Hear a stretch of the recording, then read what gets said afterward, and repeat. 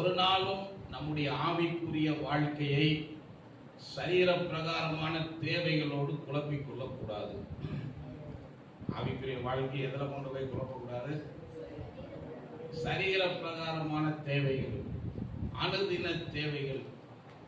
ஏன்னா இன்னைக்கு செழிப்பு அதிகமாய் போதிக்கப்பட்டபடியினால, ஆசீர்வாதங்கள் அதிகமாய் போதிக்கப்பட்டபடியினால தேவனை எதற்கு பின்பற்றுகிறோம் என்று தெரியாமல் ஜனங்க என்ன செய்றாங்க?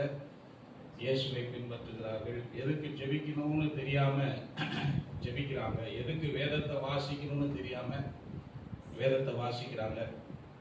நான் உங்களுக்கு சொல்றேன், மனிதனை இந்த உலகத்துல தேவன் படைக்கும் போதே, சிருஷ்டிக்கும் போதே, இந்த உலகத்துல அவன் வாழ்கிறதற்கு தேவையான எல்லா திறமைகளையும் அவனுக்கு கொடுத்துதான் சிருஷ்டித்திருக்கிறான். இந்த உலகத்துல நீங்க ஒரு பிழைக்கணுங்கிறதுக்காக இயேசுவை தேட வேண்டிய அவசியமே இல்லை. அந்த பிழைப்பு உங்களுக்குள்ளேயே இருக்கு.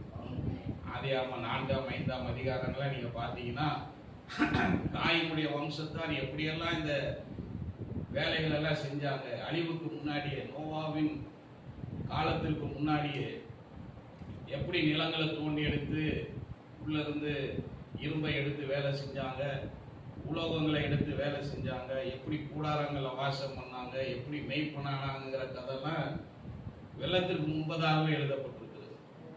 நல்லா கவனிங்க. இந்த உலக வாழ்க்கைக்காக நாம் இயேசுவை பின்பற்ற வேண்டிய அவசியம் இல்லை. 100க்கு 100 என்னால் சொல்ல முடியும். இந்த உலக வாழ்க்கைக்காக இயேசுவை பின்பற்ற வேண்டிய அவசியமே இல்லை. கடவுள் இருக்கிறான்னு சொல்றவன் உயிரோட தான் இருக்கிறான். கடவுள் இல்லைன்னு சொல்றவனும் வாழ்ந்துட்டு தான் இருக்கிறான். கடவுள் இருக்குன்னு சொல்ற தேசங்கள் இருக்கு, கடவுளே இல்லைன்னு சொல்ற தேசங்கள் இருக்கு, விக்கிரகங்களை தெய்வமாய் வழிபடுகிற தேசங்கள் இருக்கு.